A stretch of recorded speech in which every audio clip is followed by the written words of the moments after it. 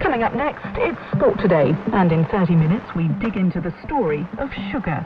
If it were not for sugar, it's arguable how many Europeans would have been in North America in the first place. Everything that explains how our global economy works has a connection to sugar. Then it's our weekly health check. Here's Claudia Hammond. We'll be looking at the latest research on how small children think. How do they make sense of time passing, or the way that numbers work? And how do they learn that 5 is different from 2, and that yesterday is very different from tomorrow? At 21 GMT, Hard Talk's guest is Rafa El Grossi, Director General of the International Atomic Energy Agency. The IAEA is asking Iran to respect what I agreed with them so that we can carry on with this work. With news every half hour, this is the BBC World Service.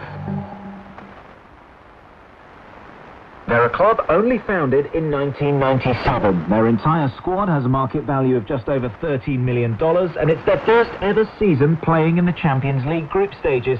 Yet FC Sheriff of Moldova pulled off arguably the competition's greatest ever shock on Tuesday. We'll have more reaction to their victory over the mighty Real Madrid on the way. We'll also preview Wednesday's European football and talk cricket, athletics and boxing on Sport Today with me, Mike Williams, in 2 minutes. BBC News with David Harper. YouTube says it is strengthening its ban on COVID-19 misinformation to include blocking videos and major accounts which make false claims about approved vaccines for other diseases.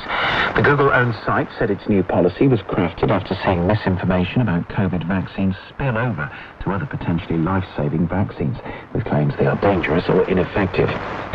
Families of the victims of the deadly Beirut port explosion in Lebanon a year ago have held a rally in support of the judge carrying out an investigation. They're angry that the inquiry has been suspended after allegations of bias against the judge. At least 100 people have died after 2 days of renewed fighting for the Yemeni city of Marib between Houthi rebels and pro-government troops. Marib is the government's last stronghold in northern Yemen. A British court has heard how an off-duty policeman performed a fake arrest using handcuffs to convince a woman that she was being detained for breaching coronavirus regulations. The policeman, Wayne Cousins, has admitted raping and murdering Sarah Everard last March.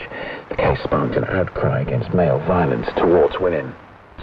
The United States has condemned the fatal shooting of a Belarus opposition activist as further evidence of human rights abuses under President Alexander Lukashenko. The victim, named by activists as Andrei Seltzer, died when agents raided his wife's apartment in Minsk on Tuesday.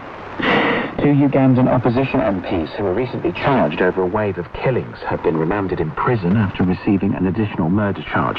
Alan Sawanyana and Mohamed Sejurinya were arrested 3 weeks ago when police accused them of links to a series of deadly machete attacks.